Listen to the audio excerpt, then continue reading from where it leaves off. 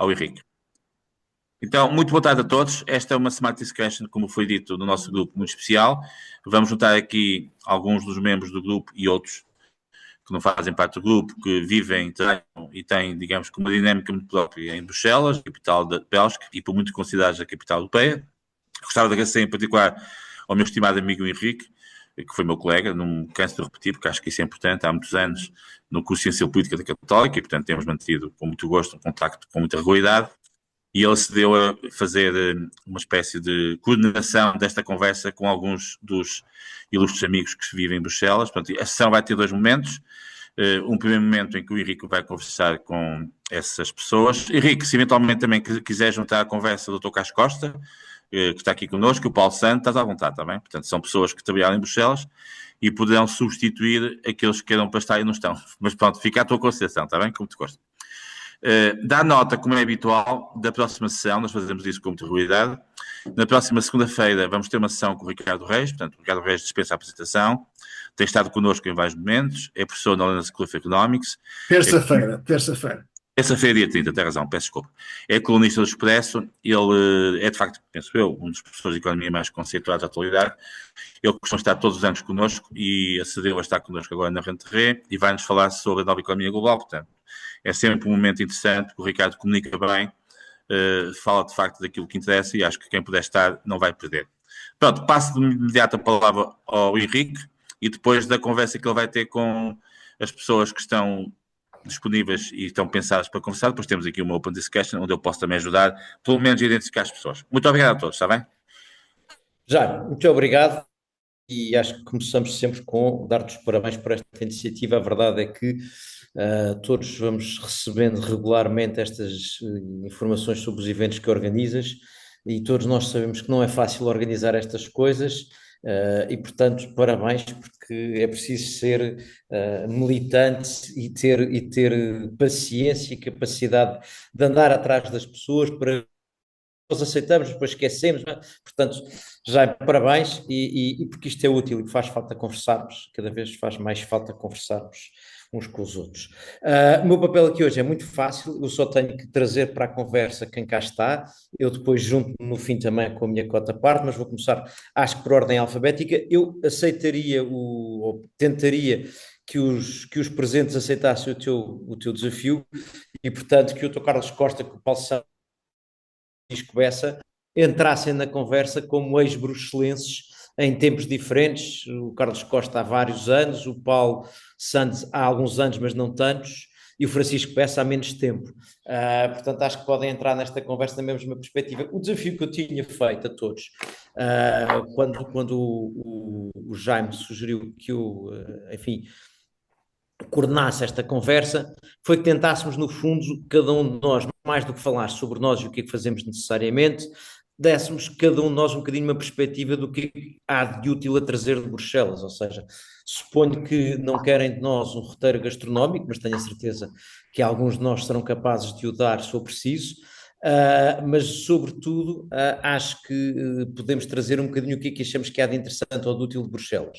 Sem prejuízo, insisto, também podemos contribuir com roteiros gastronómicos e outras informações úteis desta cidade. E por isso, sem roubar mais tempo, eu arrancava indo por ordem alfabética, que me parece ser a mais viável, porque a outra obrigava-me a saber há quanto tempo é que cada um de vós estava cá. Começava António Buscardini, começava por ti, apresentando muito rapidamente para quem eventualmente não conhece o António. O António vive em Bruxelas desde 2013, é o CEO da Buscardini Communications, como o nome indica, é uma agência de comunicação, que tem 12 pessoas aqui em Bruxelas e 2 em Estrasburgo, e trabalha, sobretudo, se eu não me falha a memória, António, em comunicação, não só em temas europeus, mas também noutras áreas, e com outros clientes que não estão só a olhar para os temas europeus, mas qualquer coisa que não é algo qualquer coisa. Aquilo que tu fazes tem muito que ver com estar em Bruxelas. E tens uma perspectiva interessante, porque Bruxelas não é um sítio como um palco comum. É uma das coisas que eu costumo chamar a atenção, é que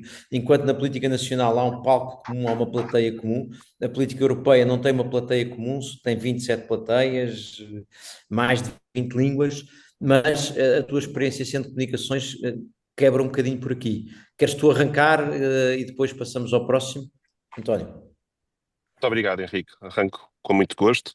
Também muito obrigado ao Jaime pelo convite e pela utilidade destas conversas. Eu admiro muito a paciência do Jaime todos os dias a partilhar informação útil e tentar mobilizar estas pessoas.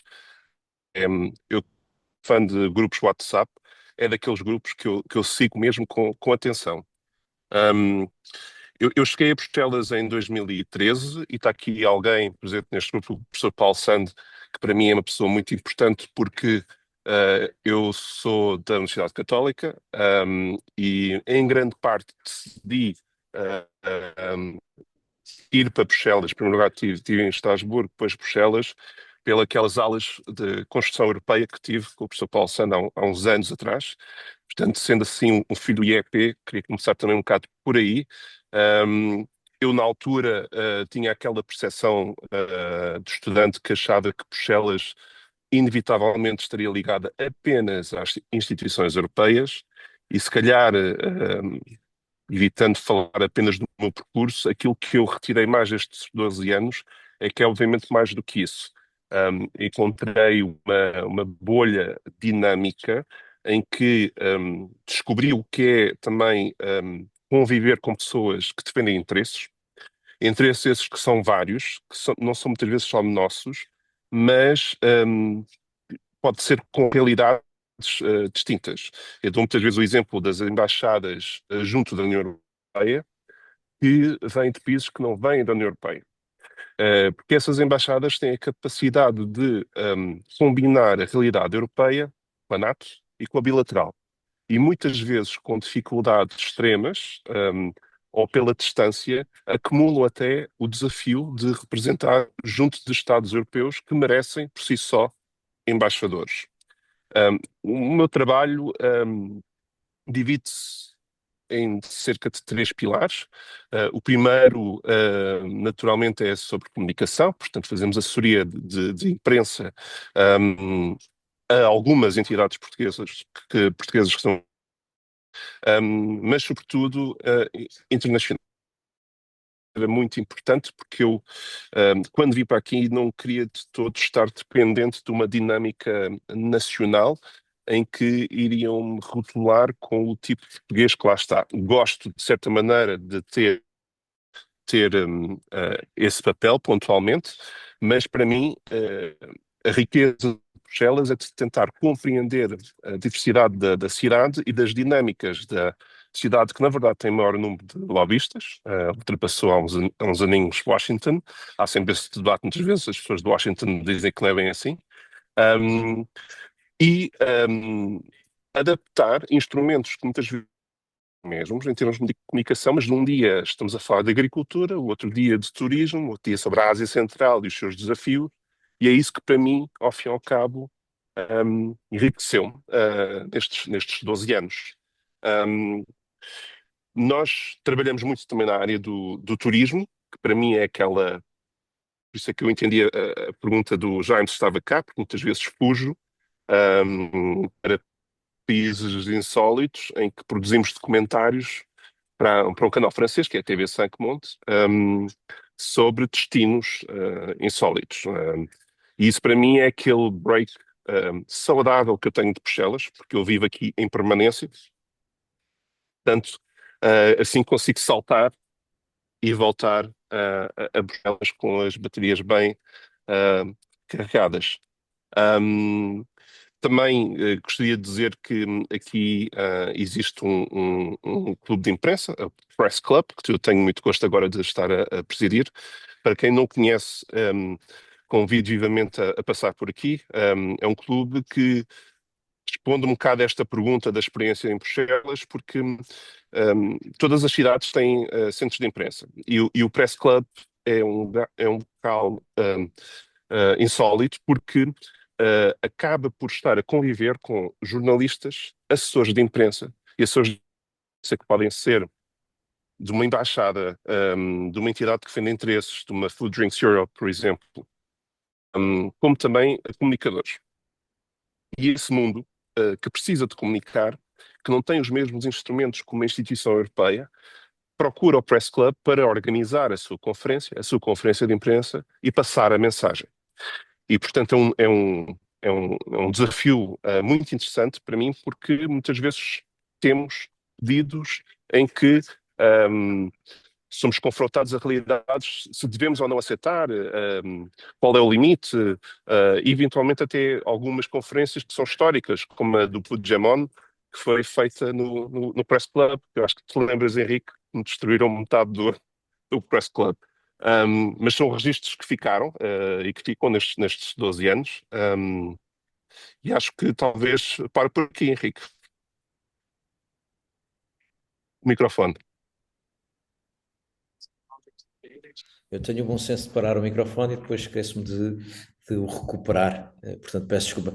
Acho ótimo, António. Acho que já voltamos a falar contigo, porque acho que é uma coisa interessante que o António tem, que é como a entrada logo para nos recordar que Bruxelas, sendo capital da Europa, eu aí vou subscrever essa tese, é a capital da Europa não só para nós, mas para os não-europeus também, que pensam em Bruxelas nessa perspectiva. Francisco Barros Castro, agora chefe de unidade adjunto na Direção-Geral de Política Regional, mas muita coisa feita em Bruxelas ao longo dos, apesar de seres um jovem, muitos anos. Tu próprio te denunciaste há pouco com passagem pela Reper. What do you take from here? O que é que trazes? O que é que contas? Muito boa tarde, muito obrigado. Quero me juntar aos parabéns ao Jaime pelo esforço que faz em dinamizar esta rede e pela enorme leque de debates que eu infelizmente não consigo participar com toda a regularidade que gostaria, mas que junto sempre que posso, porque de facto os temas são sempre muito interessantes e os oradores igualmente. Este tema é diferente realmente, mas permite-nos comparar experiências e estava aqui a ouvir o António a pensar que realmente se pode estar em Bruxelas a fazer coisas muito distintas, que é o contrário do que às vezes se pensa em Lisboa. Estou em Bruxelas, em Lisboa, em Portugal. Eu estou em Bruxelas desde 2007, vim da Universidade do Porto, depois de 16 anos vim para a Reper como conselheiro financeiro e estive na Reper um pouco mais de 6 anos e meio. Vim fazer a presidência, cheguei 6 meses antes da presidência de 2007, o que foi um desafio enorme. E fiquei desde que eu cheguei foi de crise. Pergunto se não tenho nada a ver com isso, espero que não, porque tive um ano de calma, nem foi um ano, tive meio ano de calma depois do fim da presidência, que foi no segundo semestre de 2007. Em 2008 foi a crise financeira, a crise dos países de leste, porque já nos esquecemos que em 2009, 2010 os países de leste tiveram graves crises, e depois a crise da zona euro e da dívida soberana que nos atingiu. E estive até 2013, entretanto fiz as perspectivas financeiras de 2014 2020, a altura em que mudei para a Comissão, para a Direção-Geral de Economia e Finanças, onde finalmente me afastei um pouco de Portugal e fiz a team leader para a Roménia e a Bulgária. E estive, como também já referiram, no gabinete da comissária Elisa Ferreira nos últimos 5 anos, de onde passei para o meu serviço, que é o funcionário da comissão, desde há 7 anos atrás, 6 anos, e agora estou realmente na Direção-Geral de Política Regional. E estou a fazer esta longa lista porque acho que Bruxelas é a oportunidade de fazer muitas coisas muito diferentes, no meu caso, sem sequer sair da bolha europeia. É a oportunidade de estar do lado da Administração Nacional e trabalhar junto do Conselho com as instituições, com a Comissão, com o Parlamento. Fizemos negociações épicas, onde também se aprende muita coisa sobre o país, porque, por exemplo, conseguimos ter o apoio de todos os partidos políticos para... não conseguiu passar no Conselho, porque estamos nas negociações do Six-Pack, que agora em parte foi substituído, que eram as regras orçamentais para a União Europeia, mas conseguimos trabalhar com os deputados, desde o Miguel Portas, a Elisa Ferreira, o Diogo Feio, trabalhámos em vários assuntos e havia um enorme consenso nacional informal que se fazia dessas coisas. Eram coisas que tinham que ser informais, agora é mais público que se fizeram que há essa coordenação. Depois, a oportunidade de trabalhar sobre outros Estados-membros na Comissão, onde se também tem experiência de trabalhar com gente de toda a Europa. E aquilo que o António já em Bruxelas é a capital da Europa, também dizes tu, Henrique, e onde se encontram aqui pessoas que vêm com diferentes sensibilidades, com diferentes experiências, e trabalhar na Comissão Europeia é uma oportunidade extremamente interessante, que é ver a máquina por dentro, que é uma máquina muito mal compreendida.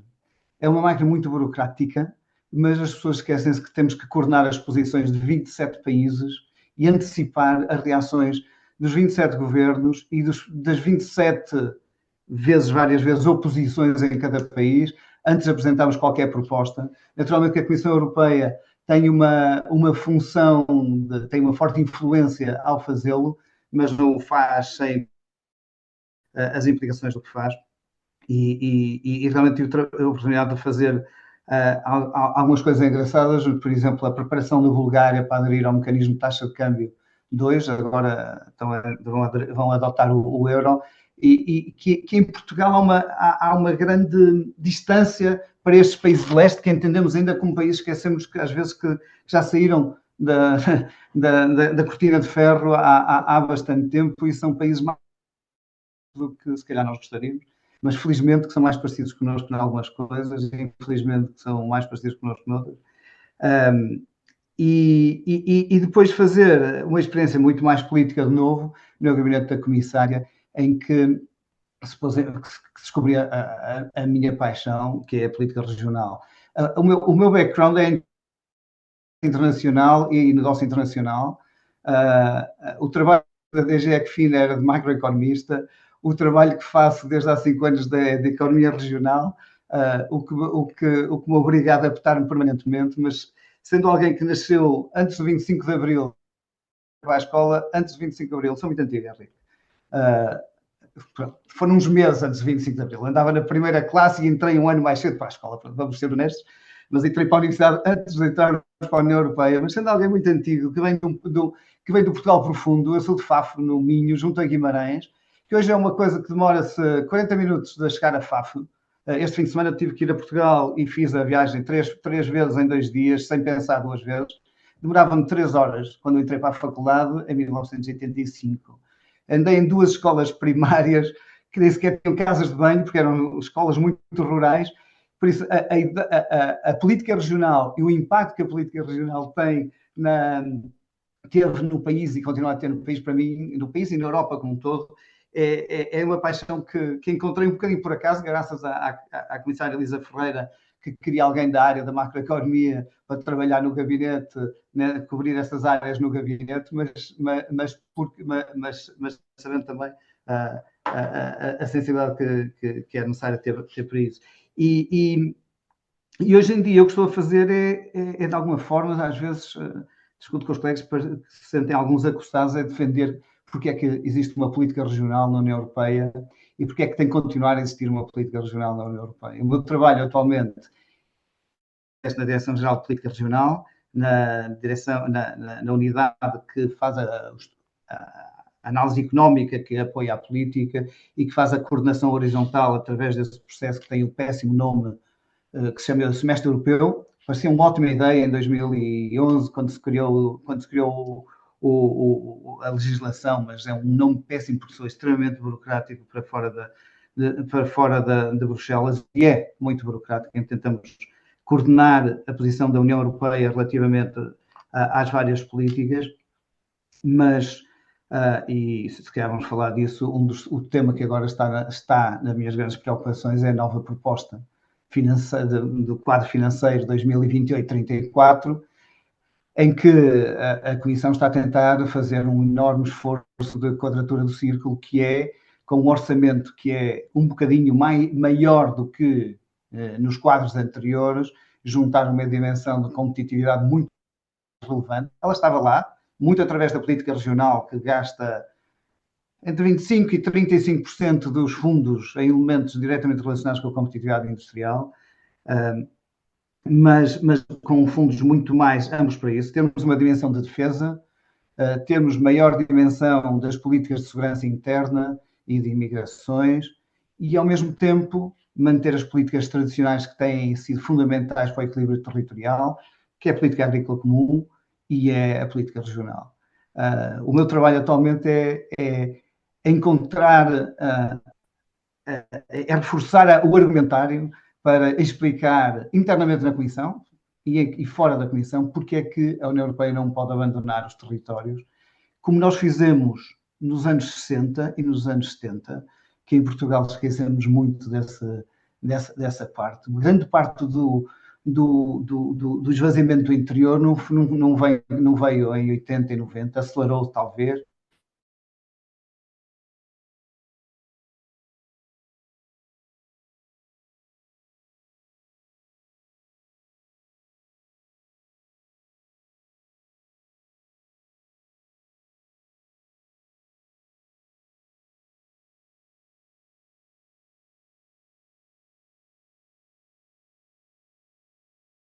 Por 3 anos, em 2007, os meus filhos que já saíram daqui, a minha filha é a mais nova dos dois, já está há 7 anos em Inglaterra, o meu filho já esteve em Inglaterra, nos Estados Unidos, agora está em Portugal, é um dos que decidiram voltar a Portugal, ele que pouco viveu em Portugal, mas eu recordo-me regularmente que nós viemos por 3 anos, em 2007, e ainda aqui estou, quase 19 anos depois, e aqui estarei até pelo menos mais uns 10 anos, que é o tempo que demorarei a reformar-me e depois veremos. Bruxelas é uma cidade fantástica para se viver, ao contrário da sensação que se tem quando se passa aqui poucas horas.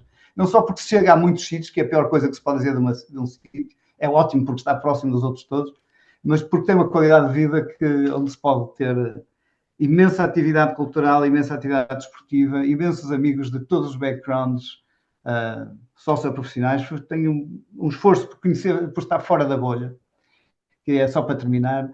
O desafio para quem vem trabalhar nas instituições como eu e sempre trabalhou em volta das instituições é como sair da bolha das instituições e ter amigos fora das instituições e estar atento ao que se passa na Bélgica, por exemplo, um país que ainda não tem um governo há mais de um ano depois das eleições, e mantermos atentos a Portugal, à Bélgica e a todos esses elementos. Mas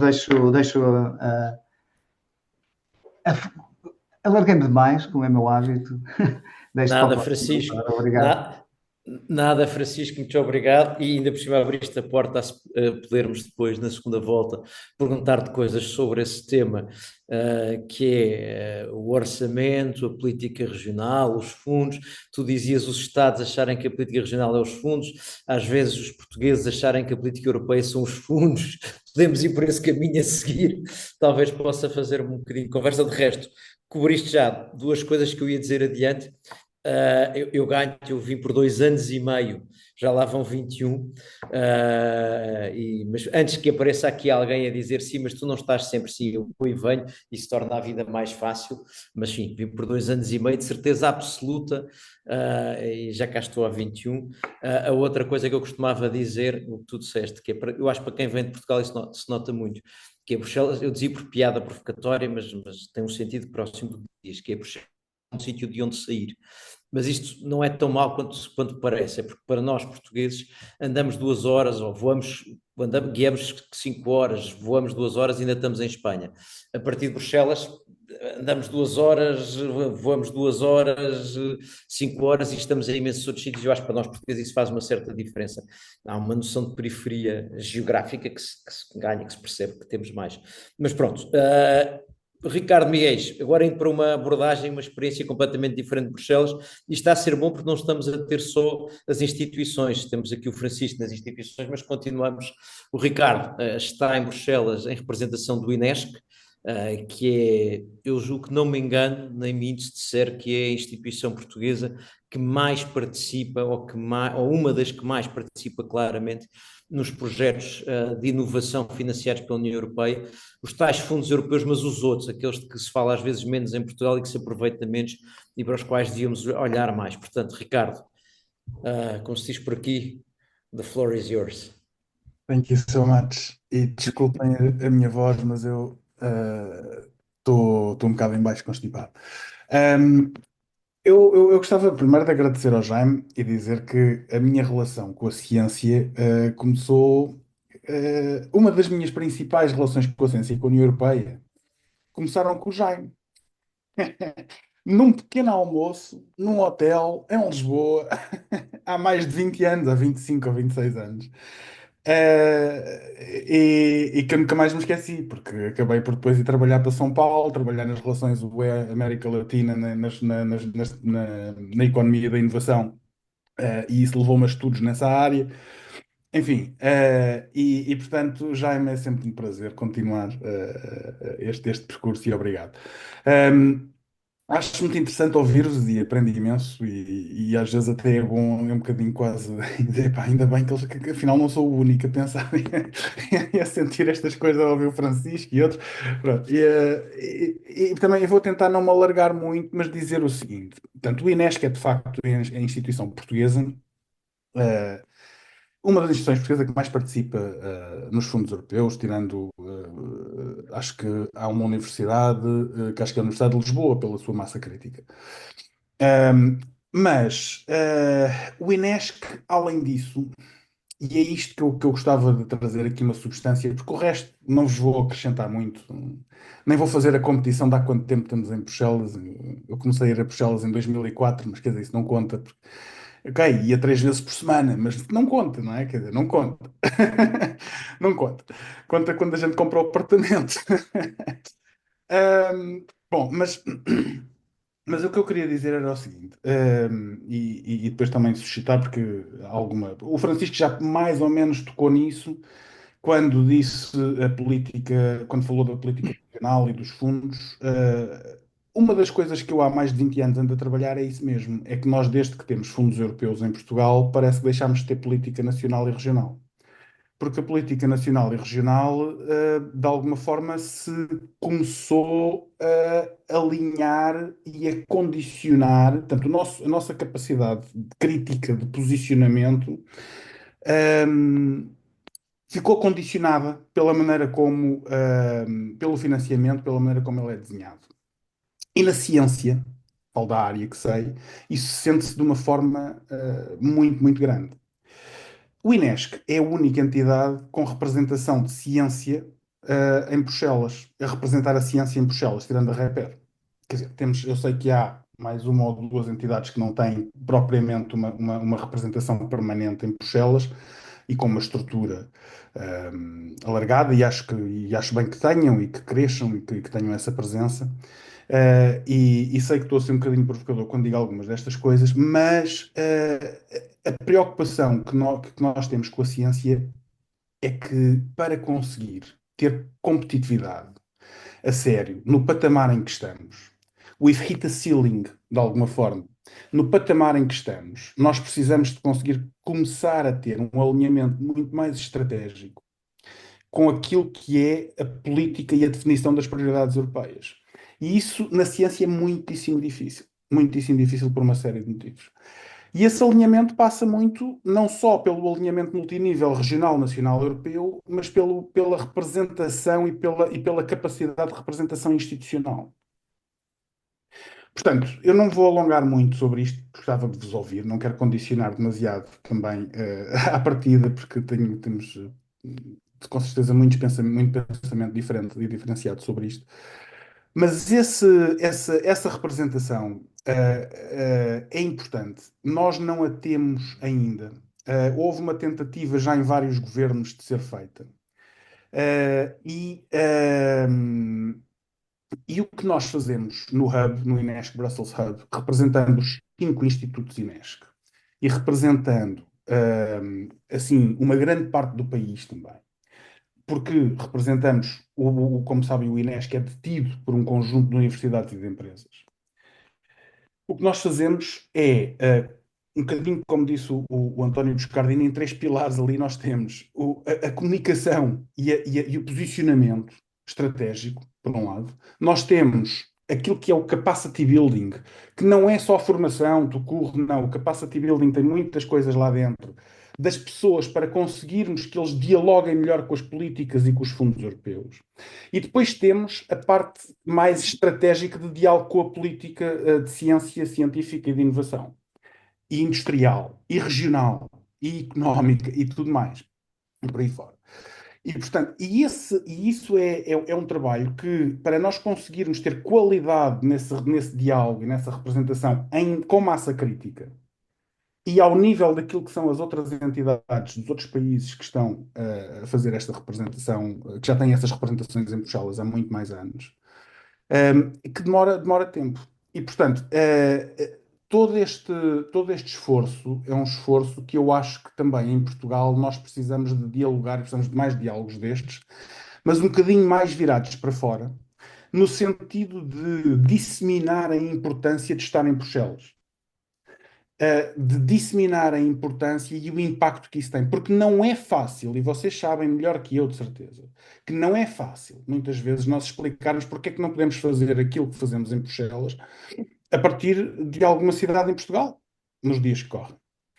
E, portanto, essa dinâmica de proximidade, essa dinâmica da bolha que nós sabemos que existe, essa dinâmica da influência, o de deixarmos ser reativos à publicação das decisões, por exemplo, dos programas europeus de ciência ou de inovação, e ser proativos e ajudarmos a defini-los, e ao mesmo tempo com isso influenciar a forma como estamos a estruturar a nossa investigação, a nossa inovação nas universidades, nos grandes centros de investigação e laboratórios de investigação e nos ecossistemas regionais e nacional como um todo de investigação e inovação e alinhar essas prioridades também ao nível horizontal, porque também não há um alinhamento muito bem feito, aliás, até bastante mal feito muitas vezes, entre aquilo que é a definição de prioridades, por exemplo, de um programa como o Horizonte Europa e um programa e os programas de financiamento regional.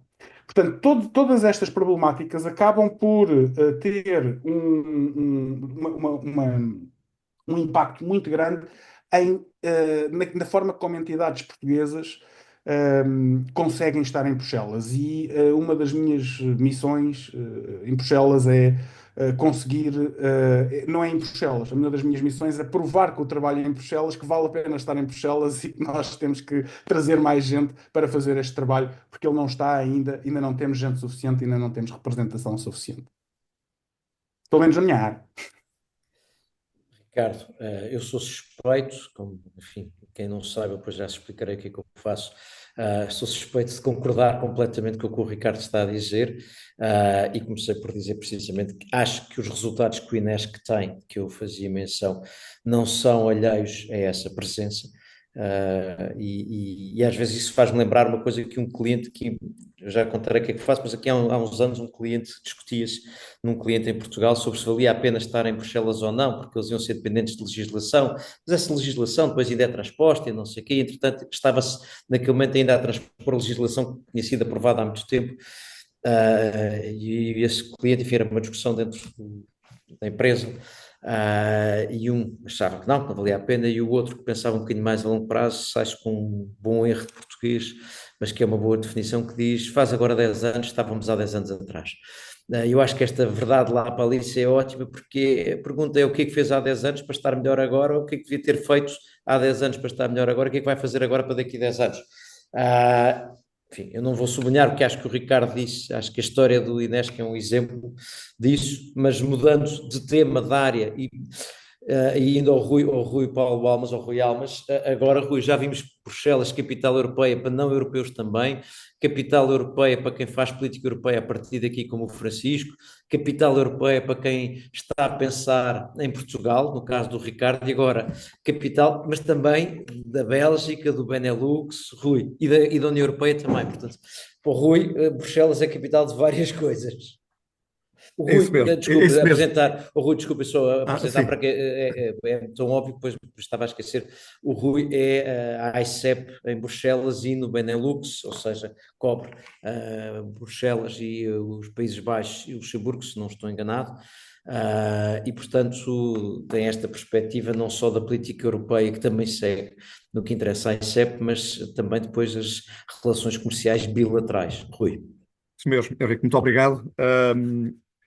Jaime, agradeço o convite, portanto, para participar nesta sessão e também, enfim, como os restantes colegas referiram, agradecer o facto de nos manter sempre muito bem informados na plataforma sobre o que se passa de mais relevante em Portugal e no mundo. Enfim, acho que é um esforço único e muito obrigado enfim, por toda a informação que diariamente partilha connosco sobre temas muito interessantes na área da economia internacional. Bom, eu estou em Bruxelas, eu como o Henrique referiu, enfim, estou em Bruxelas há cerca de 5 anos, portanto, sou quadro da ICEP já há vários anos. Este é o meu sexto posto no estrangeiro, portanto, em vários momentos estive no estrangeiro, fui delegado da ICEP, enfim, em Angola, na Tunísia, na Polónia, em Espanha, em França e agora aqui na Bélgica. Vim de França, portanto, estive anteriormente em França, e de facto, para mim, Bruxelas há aqui de facto duas dimensões a que trabalho. Enfim, uma que é a dimensão bilateral, que é mais relevante, e outra que é a dimensão multilateral. Ao nível da dimensão bilateral, portanto, eu acompanhei de facto os mercados do Benelux, os três mercados do Benelux até ao final de agosto. Portanto, nesta altura estou focado nos mercados da Bélgica e do Luxemburgo, mas a Bélgica, nestes últimos anos, foi a plataforma, foi a minha base de operações para os três mercados do Benelux. Portanto, a ICEP tem uma delegação aqui em Bruxelas que acompanha a Bélgica e o Luxemburgo, e depois tem também uma delegação na Haia, em que acompanha os Países Baixos. Portanto, nestes últimos anos aqui em Bruxelas, enfim, de facto foi essa a dimensão bilateral que trabalhei de uma forma mais intensa. Quando falo na dimensão bilateral, o que nós fazemos, como sabem, é a promoção das exportações portuguesas para estes mercados e também a angariação de investimento. Este é o foco da nossa atuação, a promoção das exportações e a angariação de investimento. Depois temos também, enfim, funções ao nível da promoção do investimento direto português nestes mercados, também da promoção da imagem global de Portugal nestes mercados. Portanto, essa foi uma dimensão muito, muito, muito, muito, muito importante, e ao longo destes anos temos vindo a realizar, enfim, a ICEP per si, mas também em outros casos, em parceria com associações empresariais, diversas ações de promoção de Portugal nestas geografias. O facto de estar aqui em Bruxelas, por exemplo, no caso do mercado da Bélgica, tem sido muito, muito interessante para perceber, enfim, geralmente quem está em Portugal pensa na Bélgica como um país francófono, enfim, e depois como um país, enfim, à imagem de Portugal, com uma grande unicidade, com uma grande unidade administrativa. A Bélgica, para mim, foi, enfim, no início, uma grande surpresa perceber, enfim, todas estas dinâmicas do país, a importância das três regiões e perceber, de facto, a importância que algumas destas regiões têm, e a região mais importante, enfim, é a região da Flandres, onde de facto não se fala francês. Portanto, a Bélgica nisto foi, para mim, bastante interessante. A este nível, ao nível das dinâmicas regionais do país e da forma como este país e os outros três se posicionaram do mundo. Enfim, se há aqui lição que tiro a todos os dias, e aqui aprendo a todos os dias, é a forma muito eficaz e muito inteligente como duas economias médias, a Bélgica e os Países Baixos, se inserem na economia internacional e como são competitivos num conjunto de áreas à escala internacional. Numa outra dimensão, também o caso do Luxemburgo é bastante interessante. Acho que há aqui ainda algum déficit de conhecimento em Portugal sobre Luxemburgo, e também é bastante interessante perceber, enfim, como uma economia especializada numa área muito específica, a área financeira, enfim, é hoje a líder em algumas áreas. Enfim, para mim também essa foi outra realidade, enfim, que eu conhecia de uma forma muito superficial, e que o facto, enfim, de estar aqui em Bruxelas me permitiu aprofundar bastante bem.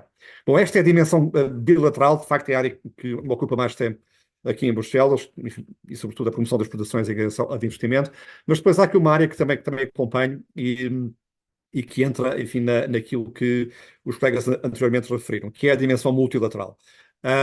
Nós acompanhamos aqui na ICEP em Bruxelas os tais em articulação com o REPER, portanto aqui de facto fazemos tudo isto em articulação com o REPER, mas acompanhamos os tais outros programas que há pouco o Henrique falava, os outros programas, os outros instrumentos que as empresas portuguesas podem aceder diretamente, que são instrumentos europeus, e portanto nós aí o que tentamos fazer diariamente é ou seja, é chegar, enfim, fazer chegar mais informação a Portugal, a empresas e entidades sobre esses mesmos programas, sobre as características desses mesmos programas, sobre a forma como empresas e entidades podem aceder a esses mesmos programas, dinamizando algumas ações de formação sobre algumas dessas iniciativas. Portanto, digamos, essa área é uma área também bastante importante aqui para nós, no fundo, que é o acompanhamento, a divulgação, a promoção.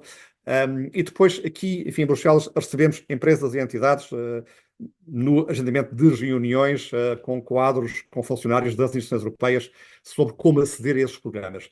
Portanto, esta é também uma dimensão muito importante, que fazemos em articulação, como há pouco referi, com o REPER, mas que é uma área, enfim, que tem aqui, se quiser, uma dimensão mais operacional, que é isto que fazemos, mas que para mim, ou seja, para a equipa que tenho, é uma área bastante importante, porque Bruxelas permite-nos isso, que é estar num local onde, enfim, se lançam, se operacionalizam, se definem, se divulgam um conjunto de estratégias para a União Europeia, com forte impacto junto das empresas e do setor privado em Portugal, que é esse que eu acompanho mais de perto. Acho que Bruxelas também permite-nos isso.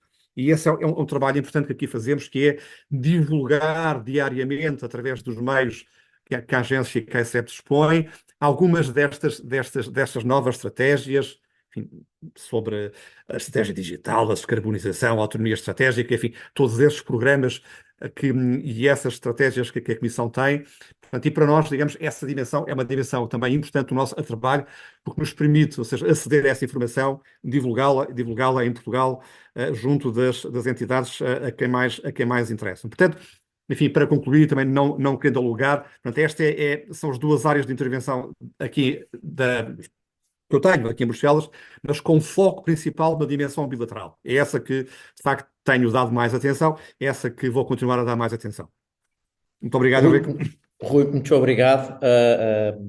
E eu ia notar que suspeito que se os restantes conselheiros da REPER, os conselheiros da REPER que tratam, isto é, o Rui não é conselheiro, mas acompanha temas como os conselheiros acompanham às vezes.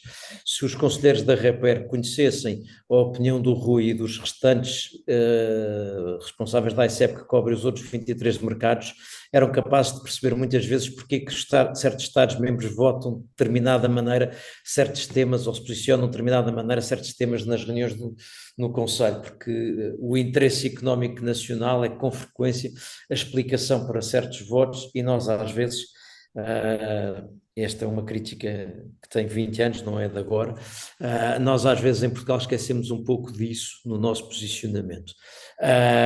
Nem sempre estamos com essa atenção, isso vale para os vários intervenientes portugueses, seja no Conselho, seja até no Parlamento.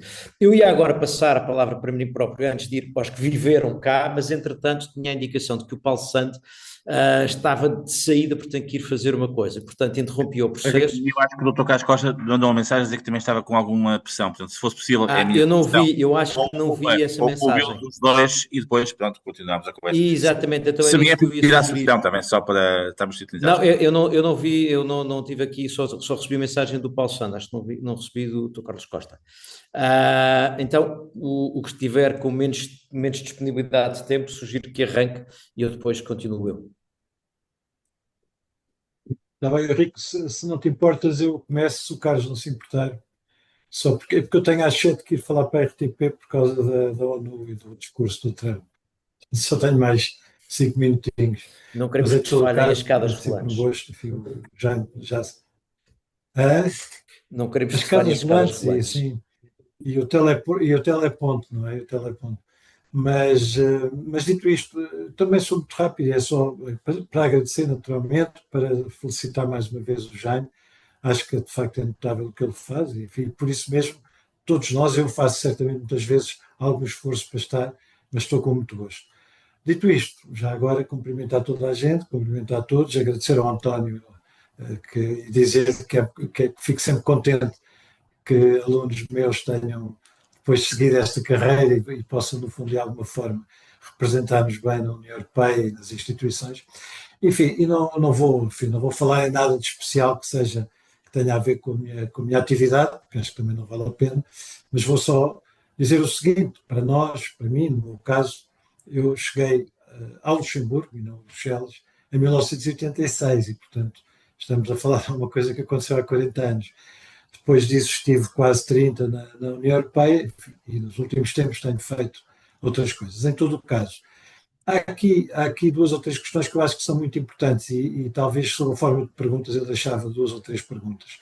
A primeira é até que ponto é que todos nós, todos vocês que estão aqui, todos nós, e que temos esta relação com a União Europeia, com Bruxelas, com as instituições, estamos convencidos que as coisas, em relação àquilo que era um tempo, eu me lembro perfeitamente de chegar enfim, ao Luxemburgo, ao platô de Kirchberg e encontrar um mundo completamente diferente, um mundo estranho, um mundo que era impressionante para nós portugueses, porque havia muita coisa que nós não tínhamos, havia muitas realidades, era uma realidade completamente diferente, mas apesar de tudo, enfim, nós ao chegarmos, no fundo, trazemos uma parte de Portugal. A minha pergunta é até que ponto é que nós achamos que essa parte de Portugal, no fundo, tem reciprocidade. A sensação que eu tenho é que olhamos para as pessoas em Bruxelas, olhamos para os meus colegas que começaram, muitos deles, a voltar, e esta distância, esta estranheza em relação ao que é Bruxelas, alguém há bocadinho disse, não sei quem foi, já não me lembro, não sei se foi o Rui, que Bruxelas é um sítio muito agradável para viver, etc. Os portugueses continuam a olhar para Bruxelas, continuam a olhar para nós, que lá estivemos e que voltamos, e continuam a olhar para um mundo estranho, para um mundo distante, para um mundo até de alguma forma, eu ia dizer, hostil. As instituições são o que são, os funcionários ganham muito dinheiro, os deputados vão para longe e não ligam nenhuma a Portugal. Ou seja, se de facto nós sentimos 40 anos depois que o vínculo com Bruxelas, o vínculo com a Europa está reforçado, ou se pelo contrário, continuamos a olhar para tudo isto com alguma estranheza e alguma distância. Eu sei que é uma pergunta um bocadinho bizantina, sobretudo, não estou a falar de políticas concretas, mas, enfim, apesar de tudo aqui ainda um fosso, eu acho que esse fosso não foi preenchido. E, portanto, de resto, acho que a Europa neste momento, e agora numa outra perspectiva, a Europa neste momento não parece ser para os europeus, para os portugueses e para muita gente a solução para os seus males e para os seus problemas, e pelo contrário continua a ser o bode expiatório, que sempre foi, mas mais do que isso está-se a tornar também, se quisermos, para muita gente a razão dos problemas que sentem. E isso é alguma coisa que eu não sei como é que é de contrariar. Eu trabalhei muitos anos em comunicação, já vi que há aqui muita gente a trabalhar em comunicação, além do Henrique, o António também falou, também tem esse papel, mas a questão é essa, até que ponto é que estamos a conseguir fazer perceber às pessoas que a Europa é também certamente parte da solução, provavelmente tendo que mudar, tendo que aprofundar políticas, tendo que, se quisermos até se aprofundar mais, mas não é esse o sentimento, e eu não sinto que seja esse o sentimento, e naturalmente não contribui para isto todo este movimento populista, todos estes partidos, a todas estas soluções, que são soluções que naturalmente em parte olham para a Europa como, não digo um inimigo, mas como, enfim, um óbvio e um problema a resolver, e que muitas vezes, quando estamos nas instituições, também há aqui muita gente que vai e vem, há muita gente que, no fundo, tem tido uma rotatividade maior do que nós tínhamos antigamente. Eu lembro que os funcionários europeus, no início, estavam muito fechados em Bruxelas, estavam muito fechados numa bolha. Isso mudou um bocado, mas ainda assim a minha pergunta, e termino com ela, porque tenho mesmo que isso, não daqui a bocado, não é só o teleponto que não funciona, até que ponto é que de facto nós hoje estamos na Europa de uma forma diferente e percebemos que estes problemas existem, que estar em Bruxelas nos obriga cada vez mais a olhar para as capitais, a olhar para os países, a olhar para as nossas populações e a não olhar apenas para essa bolha e para estar dentro dela. Enfim, eu peço desculpa ter deixado as perguntas e não poder, teria muito gosto em conversar sobre isto e sobre as outras coisas, mas de qualquer maneira desejo um bom resto, uma boa continuação. Dou um grande abraço ao Henrique, naturalmente a especial por ser ele que está a ter este trabalho de usar a palavra às pessoas, que é um trabalho sempre muito ingrato e naturalmente de este tirar. em todo o caso. Muito obrigado a todos e bom resto de conversa, está bem? Ó, Henrique, Paulo, peço Paulo. Obrigado. que o Dr. Carlos Costa, entretanto, o Carlos Costa teve que E, sair porque tinha que sair mesmo às 7, portanto já não está. Peço desculpa, está bem. ok, Claro. pronto. Paulo, muito obrigado. Acho que só uma nota. Aliás, ia por acaso aproveitar se o Carlos Costa estivesse precisamente para tocar neste ponto, que é, eu julgo da minha percepção, julgo que tens duas coisas que ajudam em resposta à tua pergunta. Uma é, no caso de Portugal, sempre houve quem fosse mais anti-europeísta, mais crítico, sempre tiveste eurocéticos, podemos ter uma conversa sobre federalistas e não federalistas, antiga, mas eu julgo que houve uma mudança radical no período da Troika. Foi a primeira vez que na política nacional começou a ser apresentada de uma forma generalizada a União Europeia como responsável de males, e isso alterou a discussão política sobre a Europa em Portugal. Parece-me que esse é o momento em que há uma transformação. E depois, nos últimos anos, o pós-Brexit teve um efeito de que não se estava à espera, que é os partidos que decidiram que não queriam ser defensores da saída, mas ser defensores da alteração por dentro, e, portanto, criaram um discurso anti-UE dentro da UE. Vamos mudar, e, portanto, num período de descontentamento vário, associou-se à UE a ideia de descontentamento. Eu acho que andará por aí, mas haverá mais percepções. Entretanto, eu ia dizer, as duas outras pessoas que já cá estiveram em Bruxelas, entretanto saíram, também já cá estiveram nesta sala e entretanto saíram, o Francisco Bessa e o Carlos Costa, mas a Patrícia Pincarilho, entretanto, entrou.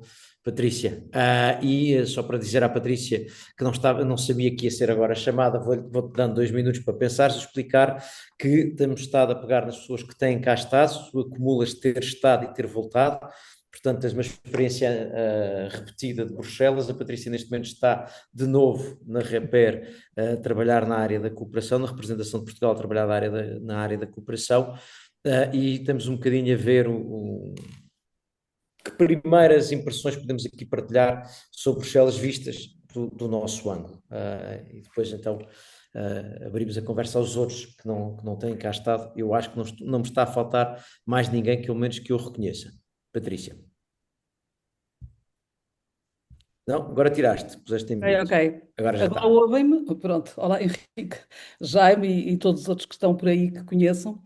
De facto, isto é, ou seja, um voltar a Bruxelas 20 anos depois, que é um tempo que dá para ver as coisas com bastante, digamos, perspectiva, não é? E eu acho que em 20 anos as coisas mudaram imenso, possivelmente mudaram imenso na Europa, mas mudaram também imenso na minha perspectiva, porque eu no meio disso tudo, ou seja, entre esses 20 anos tive 7 anos em África, em Moçambique.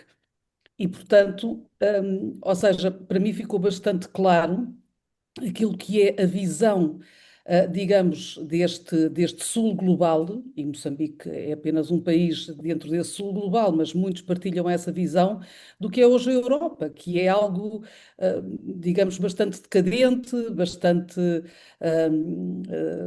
digamos, que ficou para trás dentro daquilo que é, digamos, o palco mais internacional. E isso é bastante evidente quando se está em África e quando se percebe, quando se fala mesmo com as elites africanas, com os governos africanos. É evidente que a Europa sempre continua a ser um sítio onde gostam de vir, porque tem, digamos, uma, uma, uma forma de viver extremamente civilizada e com uma série de coisas que são muito, muito apelativas, mas na prática eles acham que a Europa está completamente fora de jogo. E como muitos países africanos, outros tantos do sul global e não só. Eu acho que isso para mim foi particularmente notório quando voltei 20 anos depois. Ou seja, eu tive aqui numa altura em que a Europa ainda dava algumas cartas em várias áreas, no comércio internacional, e num conjunto de outras políticas, digamos, com uma vertente externa importante, que mudaram radicalmente. Tu, por exemplo, disseste que eu trabalho na área da cooperação. Hoje em dia, ou seja, hoje em dia já ninguém sabe sequer o que é a área da cooperação, porque até o paradigma da cooperação para o desenvolvimento está completamente mudado. Hoje em dia, o que se fala é de parcerias internacionais e de parcerias mutuamente benéficas com parceiros do Sul, da Ásia, do Pacífico e por aí fora. E, portanto, a lógica da cooperação para o desenvolvimento está radicalmente alterada, radicalmente mudada.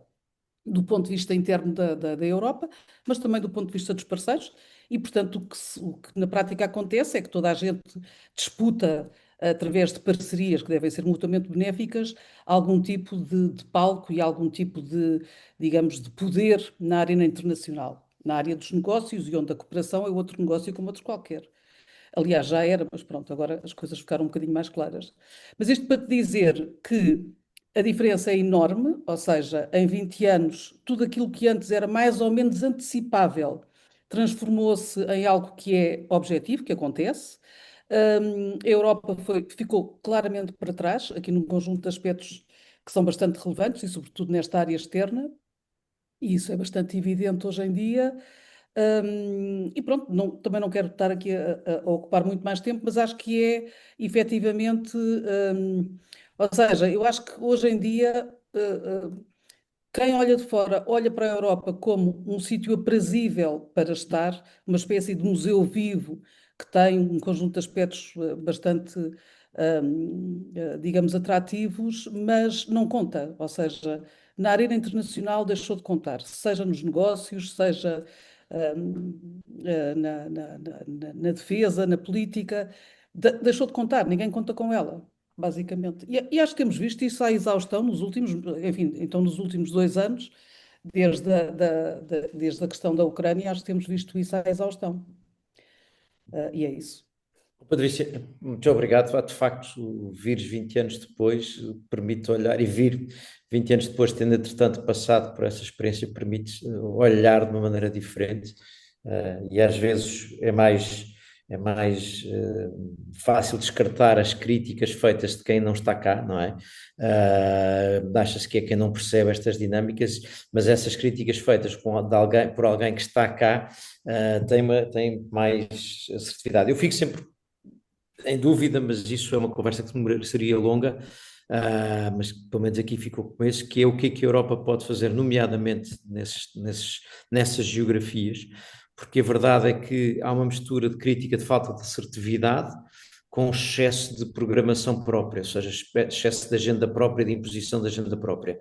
Mas a verdade é que os outros atores mais ativos são às vezes mais assertivos naquilo que lhes interessa. Portanto, é um exercício complicado de saber como é que a Europa pode fazer melhor, estando dependente de meia dúzia de critérios próprios que tem. E depois, continuamos a ser 27, e esse detalhe não é de nada um detalhe nessa matéria.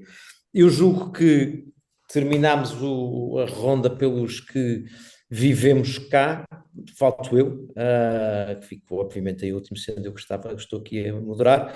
E, portanto, vou ser muito rápido para depois abrir a conversa para quem está também aqui na sala. Como eu já vos disse, vim há 21 anos por 2 anos e meio, trabalhei no Parlamento Europeu como assistente de um deputado e ao fim de 5 anos, por razões várias, acabaram por ser 5 e não 2 anos e meio, acabei a abrir aquilo que foi a primeira consultora em assuntos europeus portuguesa, mas com escritório em Bruxelas. E é uma consultora em assuntos europeus só porque tanto trata de temas de política pura e, portanto, public affairs, lobby, que é como se diz aqui em Bruxelas e que não assusta nem impressiona ninguém, pelo contrário, permite um cartão que permite entrar no Parlamento Europeu e um registro de transparência que é pedido quando se reúne com a Comissão, e o reconhecimento pelas pessoas da representação permanente quando falamos com elas, mas para além disso não é só public affairs, é só por isso que dizemos os assuntos europeus, porque também trata de apoio a algumas candidaturas aos tais financiamentos europeus, mas precisamente não aqueles que são geridos nacionalmente, mas aqueles de que falava o Ricardo, não necessariamente os do Horizonte ou os da inovação apenas, mas os da escala europeia. Poupo-vos a explicar o que é a Opportunity, acho que não é esse o propósito deste momento, explicarei a Opportunity a quem quiser noutra ocasião, mas aquilo que vos queria dar conta é mais o seguinte: eu quando cheguei há 21 anos, não só tinha uma percepção sobre a Europa diferente da que tenho hoje em dia, mas acho de facto que era um tempo diferente, e talvez acrescentando àquilo que eu disse há pouco ao Paulo, não é só a Troika, há outra coisa, que o aumento de poderes da União Europeia e o aumento do papel que se espera da União Europeia em vários temas, hoje em dia faz com que a atenção dada e a exposição à crítica da política europeia é maior.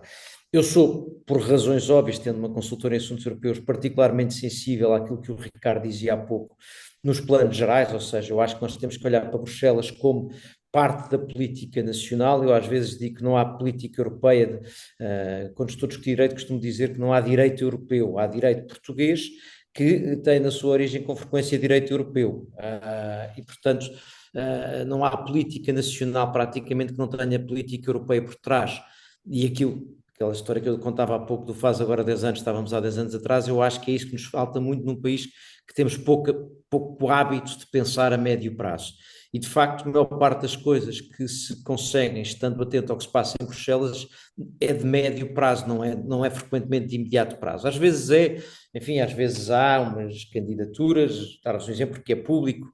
Portugal liderou uma candidatura agora a ficar com uma Knowledge Innovation Community em Portugal e está a concorrer contra uma outra candidatura liderada provavelmente pela Dinamarca.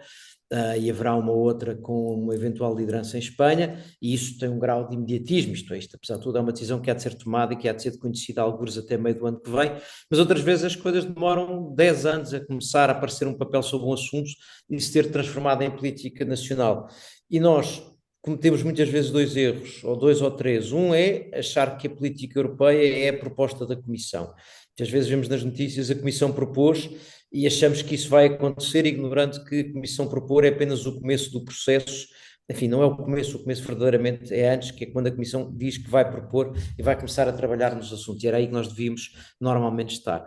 Mas depois cometemos um segundo erro, que é achar que somos um país pequeno. Eu muitas vezes, quando dou aulas, faço o exercício em que já sei que todos caímos, que é perguntar se Portugal é um país pequeno, grande ou médio. E normalmente nós achamos que Portugal é um país pequeno, não é um país médio da União Europeia. Pequeno é a Estónia, a Letónia, a Lituânia, o Luxemburgo.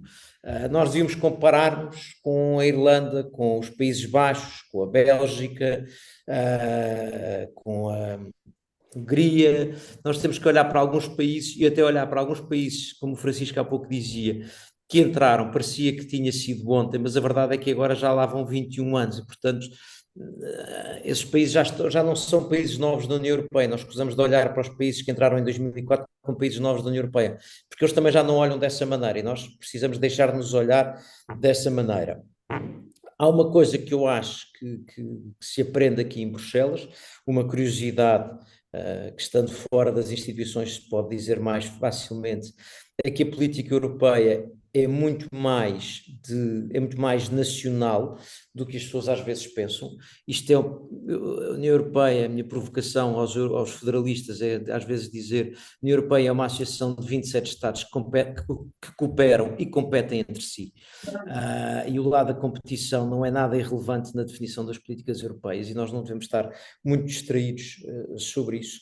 O interesse nacional é muito presente, e depois a política em Bruxelas tem uma característica fora de vulgar, que é muito é muito mais propensa à cooperação e ao compromisso para chegar a algum resultado, mas também tem a marca do conflito entre as instituições, porque as três instituições no fundo representam legitimidades e perspectivas diferentes, e portanto o que a Comissão pensa do Parlamento e do Conselho, o que o Conselho pensa da Comissão e do Parlamento, o que o Parlamento pensa do Conselho e da Comissão, é interessante para quem olha para como se desenham estas políticas, e portanto não existe uma Bruxelas, existem várias, e depois existem 27, que são a Bruxelas vista na perspectiva dos Estados-membros. Eu acho que isso é um aspecto que nós devemos ter atenção. E, portanto, termino agradecendo ao Jaime esta sugestão deste encontro, abrindo agora a porta para mais perguntas, sendo que pelo menos uma já temos.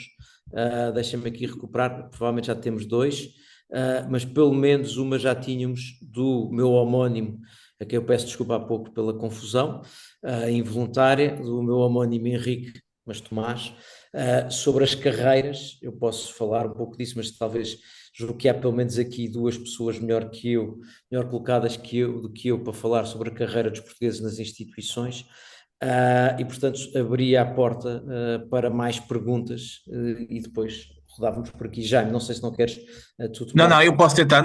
Não sei. Há aqui pessoas que normalmente costumam ser mais dinâmicas em termos de questões. Eu não sei se o Mário Franco está aqui connosco, é um homem muito também das relações internacionais e muito ligado também às questões internacionais. Mário, não sei se queres fazer alguma questão ou comentário. Quer ser algo que nos Obrigado. pode.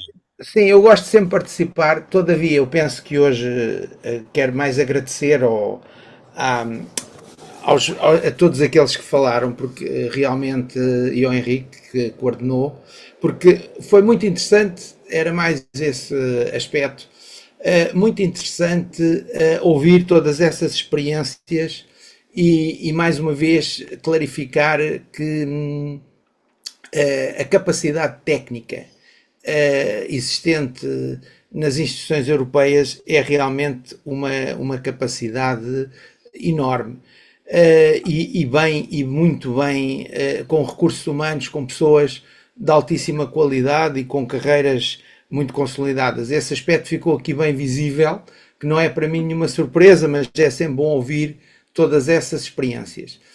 Eu só deixaria duas notas sobre toda esta sessão de hoje, que é realmente fantástica sob esse ponto de vista.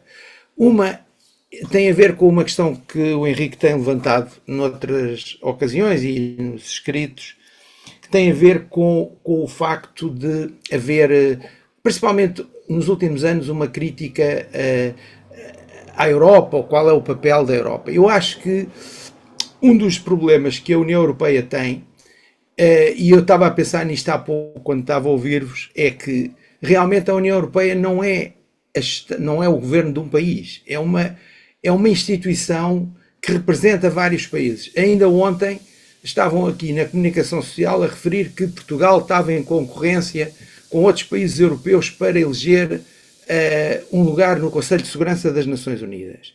E aí existem interesses diferentes entre países europeus. Não é só nas políticas, não é só na geopolítica.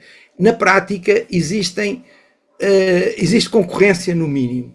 Ora, isso não acontece, por exemplo, nos Estados Unidos, não acontece na China, não acontece na Rússia, ou na Índia, em que são países que realmente têm uma identidade de país que a União Europeia não tem. E, portanto, eu penso que um dos problemas que a Europa tem, e apesar de bom grado o excelente nível técnico que tem e a capacidade humana que tem que ter uma postura diferente,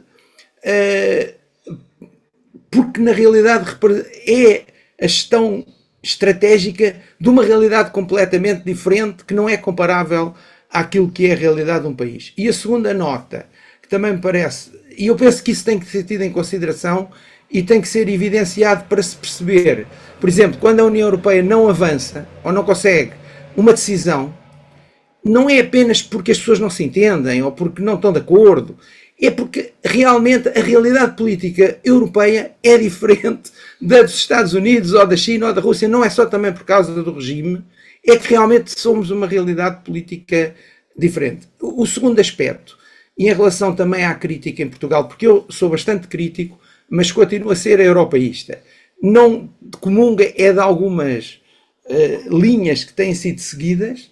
E essa crítica não quer dizer que as pessoas que criticam, nomeadamente eu, sejam contra a União Europeia ou contra o espírito europeu. A segunda tem a ver com o facto de a União Europeia, para os portugueses, por exemplo, quando nós entramos para a União Europeia, além de ser um projeto aspiracional, porque os portugueses sabiam que ao entrar para a União Europeia iam melhorar um conjunto de níveis de desenvolvimento, e apanhámos essa fase em que a política europeia era uma política de coesão, nomeadamente em relação a Sul. Penso que começámos a tremer quando percebemos que ia entrar um novo grupo, o grupo do leste, com realidades culturais e económicas diferentes e que iam ser concorrenciais connosco. Tivemos de fazer um esforço de competitividade, porque havia áreas, nomeadamente na área industrial, que o leste concorria connosco. E hoje em dia, eu creio que o grande problema, e era aqui que eu queria terminar, a União Europeia está a ser conduzida estrategicamente por agendas políticas que neste momento, em muitos aspectos, colidem, na minha opinião, com os interesses de Portugal. E têm outras agendas que estão muito afastadas daquilo que foi a nossa realidade. E existem epifenómenos que contribuem ainda mais para isso. Por exemplo, a nossa ligação com o Sul global é historicamente uma. Se nós olharmos, por exemplo, do que aconteceu nos últimos 3 ou 4 anos, por exemplo, da França com o Sahel, para não ir a outros aspectos, nós podemos ser arrastados para dificuldades de relação com regiões do mundo que para Portugal são importantes. E, portanto, eu acho que tem que haver um trabalho não apenas técnico, que já há, mas um trabalho político dos dirigentes dos países mais importantes da União Europeia, de consolidação de políticas que realmente representem os interesses das agendas da maioria dos países e dos países médios e pequenos. Eu lembro que havia, eu agora não me lembro o nome dele, o Mário, era um representante do PPD, do PSD na política internacional. Mais David. E ele contou uma vez uma história que nunca mais me esqueci. No tempo do COL, quando havia reuniões de coordenação política, o COL dizia sempre: o que é que pensam os pequenos? O que é que pensam os médios? Ele dizia aos pequenos: o que é que pensam os pequenos?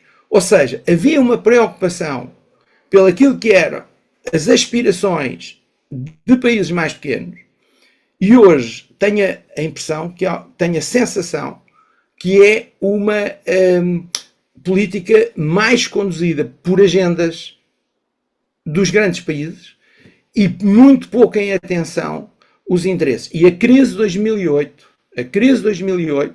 nisso foi o topo do problema, e onde realmente, a crise financeira, onde começou a sensação, as políticas do Schäuble, de deixar cair a Grécia, muitos movimentos que os países do Sul eram os pigs, que não trabalhavam, o próprio Ministro das Finanças e depois do Eurogrupo da Holanda, uma atitude completamente intolerável que quebrou o conceito de coesão que estava a ser construído no período antes da crise de 2008 e talvez um pouco mais antes, porque nessa altura já havia essas tendências. Portanto, eu acho que é preciso tomar isto em atenção, aproveitar esta grande qualidade técnica e humana que as instituições europeias têm, mas ouvir estas agendas, porque, como disse o Henrique, na minha opinião, se não o fizermos, então sim estamos a abrir a porta ao populismo, à crítica fácil, porque quebrou-se esse princípio. Portanto, hoje eu não fiz nenhuma questão diretamente, foi uma reflexão pelo que ouvi, e agradecer e dar os parabéns realmente às excelentes intervenções que demonstram a enorme qualidade e consistência das carreiras das pessoas que estão e que têm acompanhado isto de uma forma realmente séria e para a vida, e ficou aqui claro que estas pessoas não são pessoas que estão lá há uns tempos para ganhar mais ou para isto, têm um projeto de vida, e eu acho que isso é a melhor coisa que podemos ter a representar o país. Portanto, Henrique, eu não sei se achas bem mobilizar mais 2 pessoas para questões e depois passamos a vocês. Pronto, nós temos aqui o Luís Maia, que é uma pessoa também que pertence ao grupo e trabalha muito com projetos europeus e com dinâmicas muito associadas a isso. Luís, não sei se queres fazer alguma questão, algum comentário, muito breve. Estão-me a ouvir? Perfeitamente. Muito bem. Boa tarde, Henrique, Paulo e demais convivas, também membro do IP, e também passei por Bruxelas ainda aqui uns meses, e ao longo dos anos mantenho-me ligado a Bruxelas, por trabalhar muito na área dos incentivos. Mas a minha questão era mais como cidadão, digamos assim. Se bem que achei muito boas as ideias do Henrique, deixar aqui uma listagem também de algumas referências gastronómicas da cidade, atualmente. Achei que essa também era o mais-valia aqui do Sharing Knowledge, pode ser partilhado.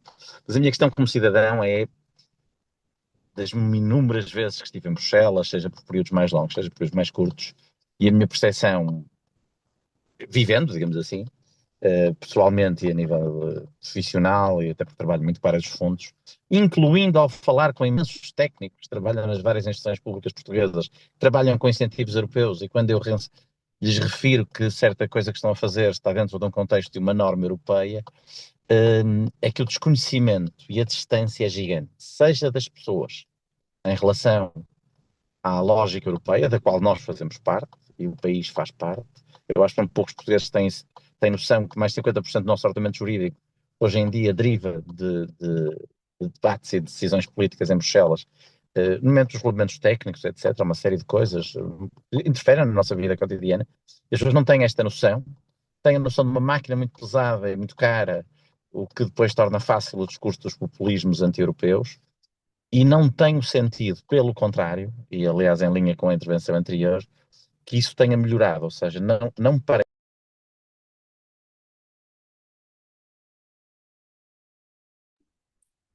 Perdemos o Luís. Não, Ah, não, agora não, ficou ok, sem mute. ok. Estava a dizer, Henrique e demais intervenientes, a minha percepção é que Bruxelas não tem sabido melhorar isto, e pelo contrário, aliás, alinhando também com a intervenção anterior, é que eu acho que está pior. Ou seja, que esta distância, esta opacidade é maior e que as pessoas sentem cada vez mais essa distância. Mas que também do lado de Bruxelas não há este ir para o terreno permanente, ir buscar a tal questão do perguntar pelos pequenos.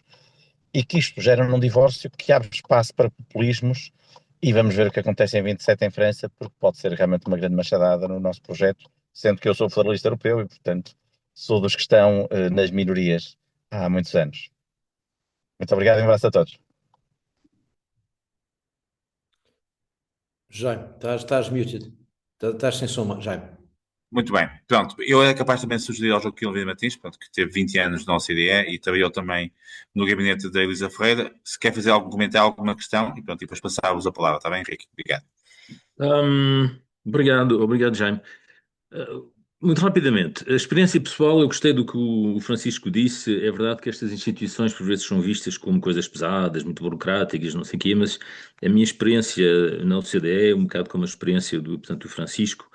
É uma atmosfera multicultural, portanto, muito interessante. Uma grande variedade de oportunidades. Eu trabalhei quase 30 anos no CDE e fiz coisas tão diferentes, não é? E portanto, eu acho que, portanto, desse ponto de vista, eu acho que é algo que é muito enriquecedor, e acho que também que trabalhar nestas instituições obriga, de uma certa maneira, a ter esta preocupação sempre de implicação em termos de políticas económicas, não é? Porque às vezes os economistas, eu sou economista, gostam de dizer o que é preciso fazer, mas esquecem sempre a implementação, como fazer as coisas, não é? Ora bem, a economia tem que ser uma ciência aplicada. Eu acho que nestas instituições, esta disciplina de ver sempre em qualquer tipo de análise quais são as implicações em termos de política económica, eu acho que é uma coisa muito boa. O segundo ponto que eu queria portanto, levantar aqui, eu sei que estamos um bocadinho pessimistas em relação à Europa, não é? A Europa parece estar um pouco entalada entre os Estados Unidos, a China, mas eu acho que, bom, a Europa fez coisas incríveis, por exemplo, falámos muito dos países de leste, portanto, a transição económica. A Europa foi uma âncora daquela transição económica e viu-se bem a diferença entre os países que tinham essa âncora e os países que não tinham essa âncora. Eu acho que em Portugal também, por exemplo, fala-se muito, critica-se muito o impacto dos fundos estruturais, etc., mas, portanto, o Francisco sublinhou aquelas coisas do sistema de transportes, investimentos, infraestruturas, mas também o facto de a nossa administração estar exposta aos critérios de auditoria, de regulamentos, etc., que por vezes são um bocadinho pesados, eu acho que criou capacidade administrativa, que é uma coisa muito importante.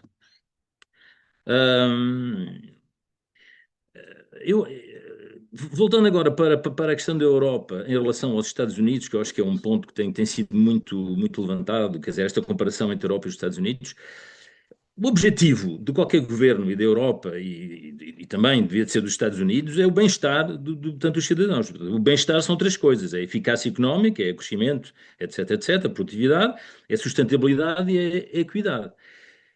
É um facto que, do ponto de vista da eficácia económica e do crescimento, a Europa tem acumulado um atraso em relação, portanto, aos Estados Unidos, mas do ponto de vista da equidade e da sustentabilidade, eu acho que a Europa está muito acima da economia americana. O que faltou na Europa é uma narrativa coerente à volta destas três coisas, desta espécie de triângulo, não é? Estas três coisas têm que ser complementares, quer dizer, a sustentabilidade deve ajudar a eficácia e vice-versa, a eficácia deve ajudar a equidade, vice-versa, e eu acho que tem faltado uma narrativa à volta disso.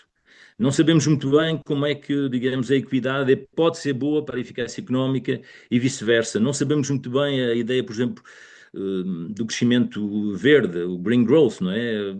Por vezes sentimos que aquilo precisa de muitas subvenções, de muitas distorções quase no funcionamento dos mercados, o problema da energia na Europa. Portanto, eu acho que o que tem faltado é um bocadinho uma narrativa coerente à volta destas três coisas, mas claramente nunca devemos esquecer que a Europa está à frente dos Estados Unidos em termos de equidade e de sustentabilidade. E, finalmente, eu acho que a Europa, apesar de todo este peso, esta dificuldade dos 27 países, etc., eu acho que a Europa tem conseguido, eu não sei o termo em português, é muddling through, em inglês disse muddling through, tem conseguido navegar em águas difíceis, por vezes muito em tempestades, não é? E atualmente, por exemplo, critica-se muito a Europa, mas veja-se, portanto, o mercado do euro. Internacionalmente, o euro portanto, é uma moeda que está a atrair mais investimentos. Apesar de tudo o que se tem dito sobre a Europa, apesar da situação vivida em França, que absolutamente está completamente bloqueada, não é?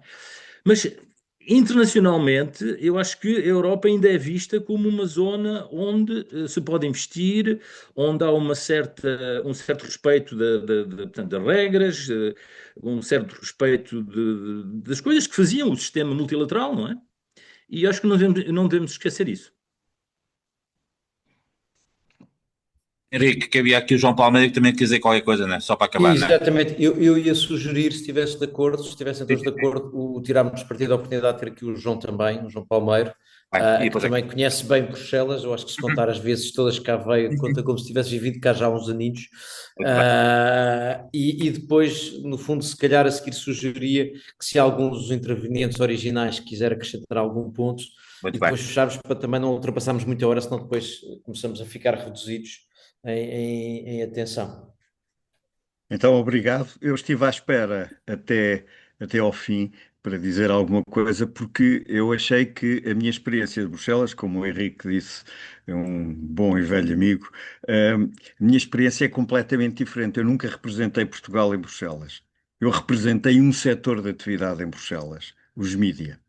E tive a sorte, porque Portugal é um país pequeno, de representar as três correntes de mídia que havia, especificamente mais em relação aos publishers, em relação à imprensa. Portanto, vamos deixar a rádio e a televisão, que tinham os problemas todos da rádio e da televisão pública, um pouco de lado.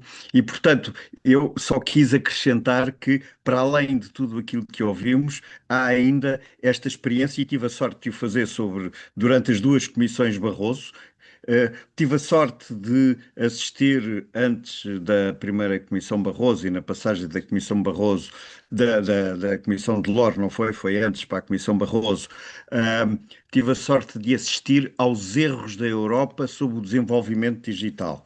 Eu estive na Conferência de Tunis sobre a Sociedade da Informação em 2005, com uma delegação da Comissão Europeia, porque o governo português entendeu que eu não fazia lá falta nenhuma e não me pôs dentro da delegação portuguesa. E depois eu apareci lá dentro de uma delegação da Comissão Europeia e especialmente da parte francesa. E, portanto, eu acho que esta visão me traz uma esperança e uma força em relação à Europa, sobretudo sustentada naquilo que eu também estou a fazer agora. E o que é que eu estou a fazer agora? Para o ano que vem faz 600 anos que Dom Pedro, infante de Portugal, começou a viajar pela Europa. 600 anos, imaginem. 1427, aliás, em 1426, aliás, ele partiu no fim de 1425, 1427. E eu, neste momento, estou a criar um projeto de aprendermos todos o que é que ele fez, por onde é que ele andou, com quem é que ele se encontrou, o que é que ele lá foi fazer, o que é que ele lá deixou, porque é que ele foi tão importante que à ida para lá era só infante de Portugal e à vinda para cá era duque de Treviso, era senhor de várias outras possessões naquilo que hoje em dia é a Catalunha, acabou por casar com uma catalã, acabou por ser pai do rei de Barcelona. O que é que aconteceu? Quer dizer, por uma viagem à Europa que transformou este homem e transformou Portugal, porque aquilo que ele foi lá fazer, todos nós conhecemos e todos nós sabemos. E eu era, no fundo, esta contribuição que vos queria todos deixar. Eu comecei a ir para a Europa em 1975, para o Conselho da Europa. mas para a Comissão Europeia só comecei a ir naturalmente já no princípio dos anos 90. E, portanto, como o Henrique aqui disse, apesar de nunca lá ter vivido, houve anos e meses na minha vida em que já não sabia onde é que estava. Se estava em Lisboa, se estava em Bruxelas.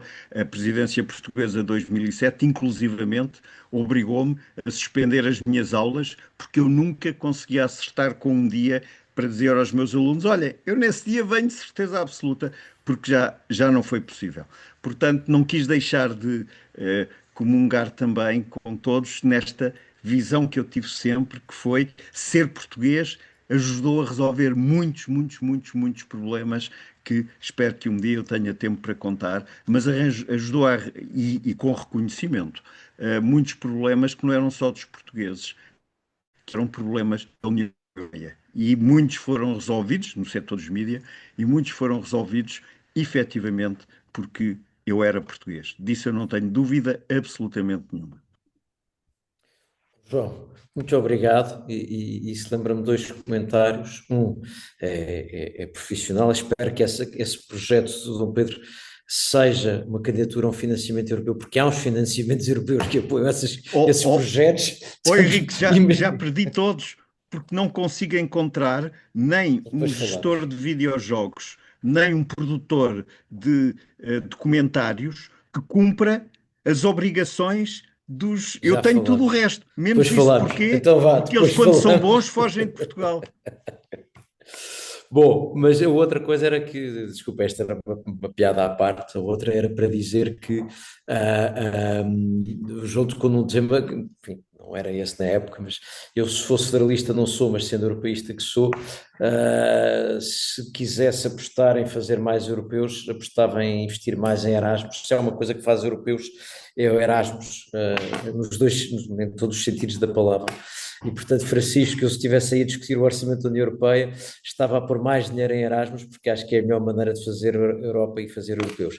Isto dito, Jaime, se estiveres de acordo, perguntava, pela ordem que me estou a aparecer aqui no meu painel, ao Rui, ao Francisco, ao Ricardo. Só fiz aqui a ligação com as pessoas, nada mais. Obrigado. Mas então perguntava ao Rui, ao Francisco, ao Ricardo, à Patrícia, se querem acrescentar mais alguma coisa, e se quiserem, pedia-vos que fosse apenas de 1 minuto, para não ultrapassarmos a hora, e depois eu encerro apenas com um agradecimento final.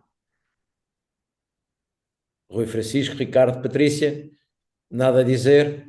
Então eu acrescento duas coisinhas que me estavam aqui a passar pela cabeça, muito rapidamente. A primeira eu concordo com tudo o que disseram, foi fabuloso, obrigado a todos.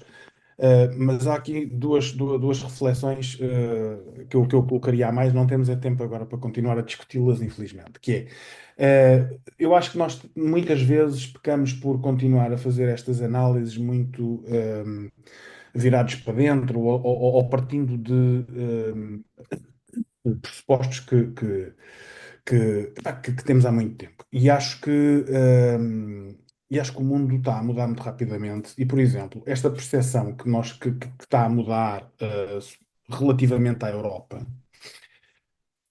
é uma percepção que tem na sua base tudo aquilo que foi dito e, sobretudo, todas estas dinâmicas da forma como foi muito mal vendida e da forma como foi deturpada a imagem europeia ao longo de muitos anos, mas e uma grande parte da culpa também foi dos mídia. Aqui tanta gente dos mídia. E portanto, essa é uma que nós temos também que olhar para o mundo e para a Europa de fora para dentro, ou seja, a dinâmica geopolítica que se gera e que conseguimos encontrar paralelismos destes fenómenos europeus em outros sítios até a acontecer antes deles acontecerem na Europa. E nós temos que tirar aqui algumas ilações disso também, mas não temos tempo para continuar a discussão, portanto fico por esta superficialidade. A outra é relativamente a uma coisa que é, nós estamos sempre a queixar-nos que a Europa não vai a Portugal, é verdade, nós temos muita falta da Europa ir a Portugal, no sentido de ir ao terreno, estar mais com as pessoas, essa abertura, agora os officers, por exemplo, da Comissão já têm muito menos dinheiro para viagens, quer dizer, não lhes é permitido viajar como era antigamente, etc. Mas a questão é que nós também não vamos à Europa. E quando vamos em pouco número e mal preparados. Portanto, há aqui que olhar também para o que é que nós andamos a fazer mal. E isto deve-nos ensinar a responder à pergunta do Henrique lá em cima, que era, que ele deixou lá em cima, que era como é que estruturamos carreiras. Estas carreiras estruturam-se a longo prazo, não é com mais lugares na comissão. Não, é a longo prazo, porque não é só a comissão. E não são só as instituições europeias. As posições na Europa e ser europeísta têm muito mais do que isso. Portanto, e para não me alongar, fico por aqui. Posso Francisco. continuar? Rui. Francisco. Francisco.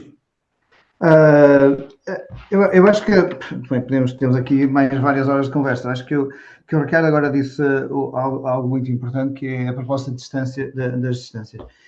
Eu acho que eu não sei, é uma das grandes frustrações depois destes anos todos, porque é tão difícil falar da Europa em Portugal, porque é que esta distância é tão grande. Porque quando se fala-se muito, por exemplo, da falta de legitimidade das instituições, legitimidade democrática, é completamente absurda a falta de legitimidade democrática. São governos, o Conselho são os governos eleitos e em funções em cada país, não podem ter mais legitimidade democrática para deliberar por maioria qualificada. O Parlamento Europeu, a legitimidade é pelo voto direto que nós fazemos nas listas, e a Comissão, ao contrário do que às vezes se ouve em Portugal, não decide. Tem uma grande influência nas decisões, mas não são aqueles burocratas de Bruxelas que tomam as decisões. Eles fazem propostas que marcam grandemente as decisões, que depois são decididas pela legitimidade democrática dos governos e dos parlamentos, que é algo que falta sistematicamente. Mas o ponto principal que eu queria fazer tem a ver com a participação de Portugal nas instituições e a nossa capacidade de influenciar.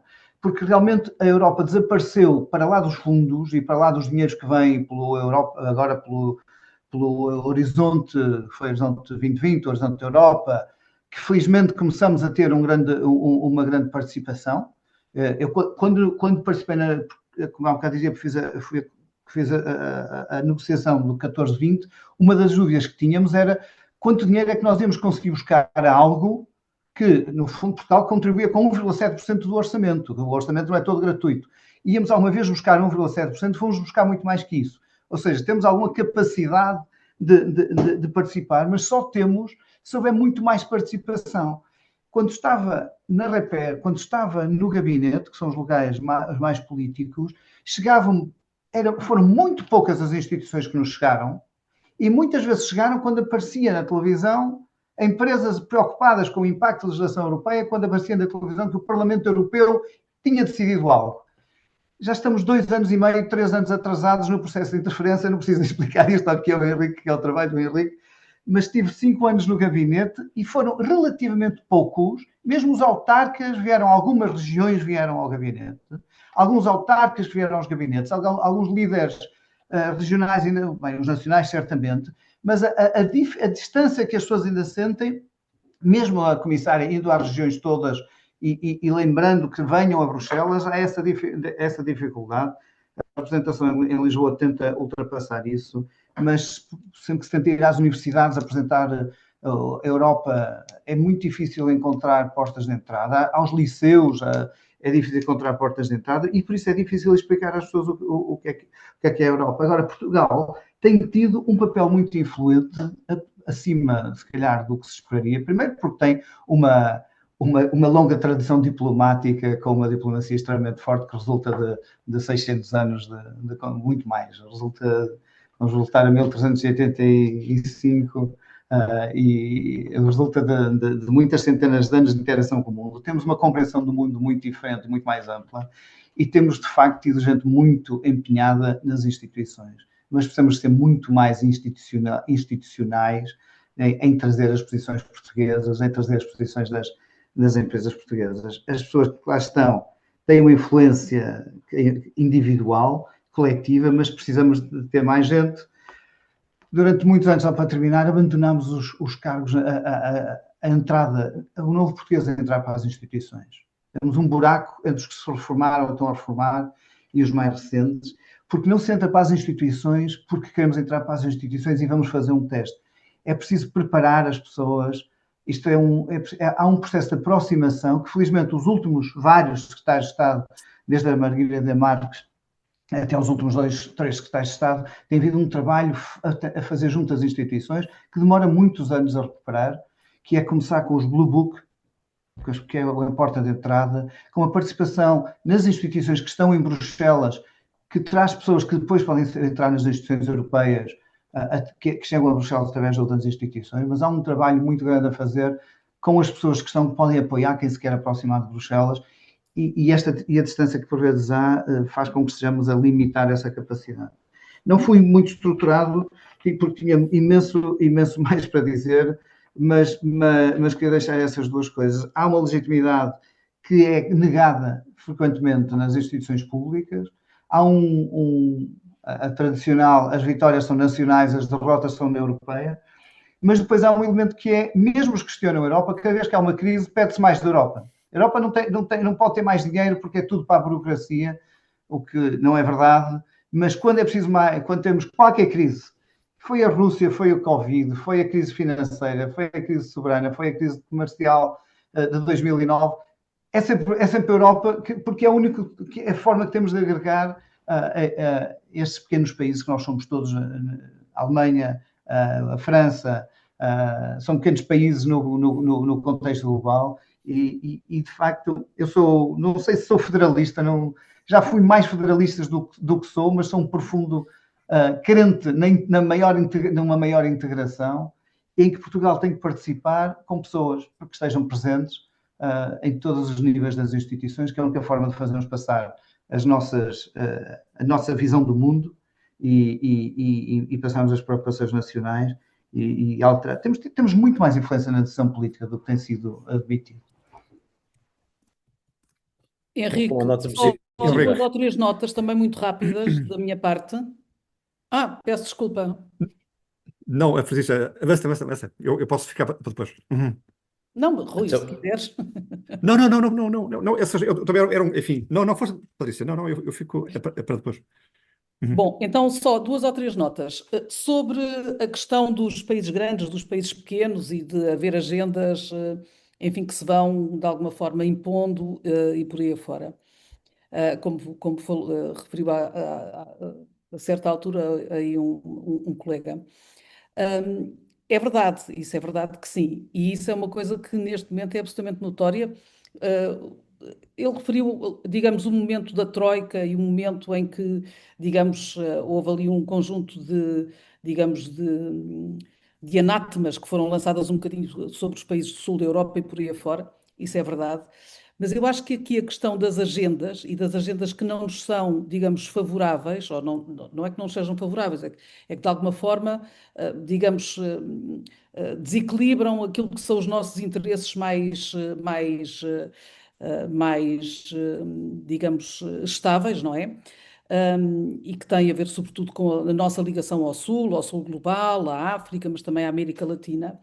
E hoje é preciso ver que essas agendas, ou seja, aquilo que são os nossos interesses nessas áreas, e que são os interesses de muitos outros países também, tradicionalmente, dentro daquilo que é a política externa da União Europeia e a política de desenvolvimento, está completamente cilindrado por aquilo que é a enorme prioridade que é a Ucrânia.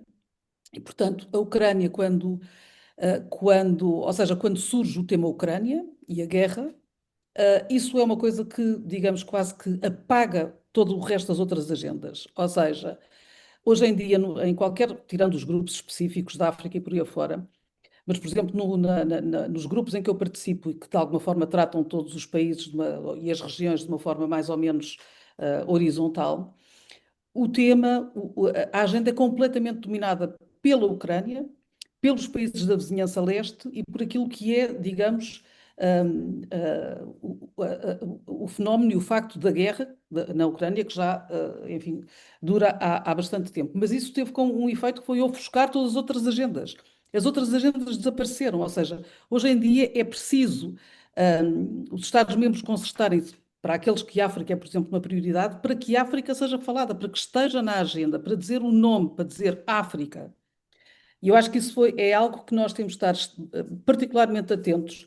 Eu lembro-me, que já sou antiga nestas coisas, que quando houve o processo de adesão dos Estados-membros do Centro e Leste Europeu, se discutia muito esta coisa de, digamos, o centro das discussões passar um bocadinho mais para aquilo que era a Mitteleuropa, ou seja, a Europa do centro e do leste europeu. E eu acho que durante muito tempo nós não tivemos essa noção de que isso poderia acontecer. Acho que agora isso acontece mesmo, ou seja, o centro da discussão, a prioridade das discussões mudou completamente o eixo e mudou para o centro e leste europeu. É a agenda completamente dominante nestas questões e que também, obviamente, não vamos dizer que não é uma prioridade para nós as questões da Ucrânia e da segurança na fronteira europeia, mas isso teve como efeito, por isso simplesmente esquecermos a África, ou seja, saiu da agenda. A África, a América Latina e por aí afora. E eu acho que isso é um tema que temos de estar muito atentos porque não nos é particularmente favorável. Depois, uma nota sobre como comunicar a Europa. É muito difícil comunicar algo que vive numa bolha, não é? Porque a bolha é isso mesmo, é qualquer coisa que está, digamos, isolada do resto da realidade. E a Europa é totalmente uma bolha, sempre foi, com as suas idiosincrasias, a sua linguagem, a sua terminologia, os termos que inventa, por aí afora. Eu, quando voltei agora, passado 20 anos, quando voltei aqui a Bruxelas, a primeira coisa a primeira dificuldade com que me deparei foi a linguagem, porque assim, ou seja, é a linguagem de bolha, tem que se mergulhar na bolha para perceber o que é que estão a dizer, a abordagem 360, o Wall of Root, ou seja, o que é que isto é? Traduzam, pronto. Não é uma questão de traduzir as línguas, é mesmo traduzir o europeu. E, portanto, nunca a Europa vai comunicar bem com nenhuma realidade local, seja nos Estados-membros, seja fora dos Estados-membros, usando a linguagem da bolha. É impossível, ou seja, é um erro comunicacional brutal. Portanto, é preciso, digamos, arranjar uma forma de linguagem que deixemos a bolha para os nossos assuntos internos, mas, quer dizer, quando se comunica, digamos, com o nível local, é preciso usar uma linguagem limpa, simples e que toda a gente entenda. A questão das carreiras, é assim, eu comecei a trabalhar há 35 anos, talvez, nas questões europeias, na Direção-Geral, na altura dos assuntos europeus. Na altura já se falava de como era importante e necessário ter portugueses em lugares estratégicos nas comunidades. Passaram-se 30 anos. Houve não sei quantas políticas dedicadas a colocar funcionários e o que eu vejo é que nós estamos hoje em dia pior do que estávamos há 30 anos. E, portanto, isto acho que diz algo do falhanço dessas políticas. Pronto, não queria acabar com esta nota pessimista, mas de facto eu acho que muitas vezes nós discutimos determinados temas à exaustão e por isso simplesmente não fazemos nada porque isso se altera efetivamente. Ou seja, discutir está muito bem, mas depois como é que isto se muda, como é que isto se dá frutos, como é que isto se altera? Não podemos estar 30 anos a achar que precisamos de ter pessoas, digamos, em lugares estratégicos dentro das instituições e passar 30 anos estarmos pior. Eu acho que isso é um falhanço das políticas. Pronto, não queria acabar com a nota negativa. Bom, Pedríssimo, mas perante isto, Rui, nós os dois temos que dar aqui um tom positivo para fechar isto. Vamos embora, Henrique. Então é assim, 4 notas finais, digamos, enfim, há pouco as coisas não estavam muito estruturadas sobre, enfim, em linha com aquilo que já foi referido. Em primeiro lugar, eu acho que é fundamental, enfim, nós de facto diminuirmos a distância psicológica, se quisermos, entre Lisboa e Bruxelas, de facto, porque a distância física é de facto bastante curta. Portanto, há aqui aquilo que já foi aqui dito, ou seja, há uma imagem em Portugal, também junto do setor empresarial, enfim, Bruxelas e as instituições são difíceis, são burocratas, são burocráticas, difíceis de aceder, ou seja, se calhar são tudo isto, mas é possível fazer negócio e é possível fazer coisas aqui. Portanto, essa distância psicológica que ao nível da estratégia empresarial é muito discutida, temos que diminuir essa distância em relação a Bruxelas. Esse é o primeiro ponto. Um segundo ponto, o Ricardo Miguel já havia referido isto, é necessário disseminar, enfim, junto de atores privilegiados e relevantes, a importância de estar em Bruxelas. Quando olhamos para o número de empresas e de entidades portuguesas que estão em Bruxelas e comparamos, enfim, com países de pequena dimensão, já não vou para os de média, de pequena dimensão na União Europeia, vemos que temos ainda um longo caminho a percorrer. Portanto, há aqui muito para fazer a este nível, que nós faz parte, enfim, do meu trabalho, enfim, referir isso a todos os dias, mas acho que é útil também aproveitar esta audiência para referir isso. Portanto, esse é o segundo ponto. Disseminar a importância de estar em Bruxelas, de conhecer, de interagir, enfim, com quem cá está. Esse é o segundo ponto.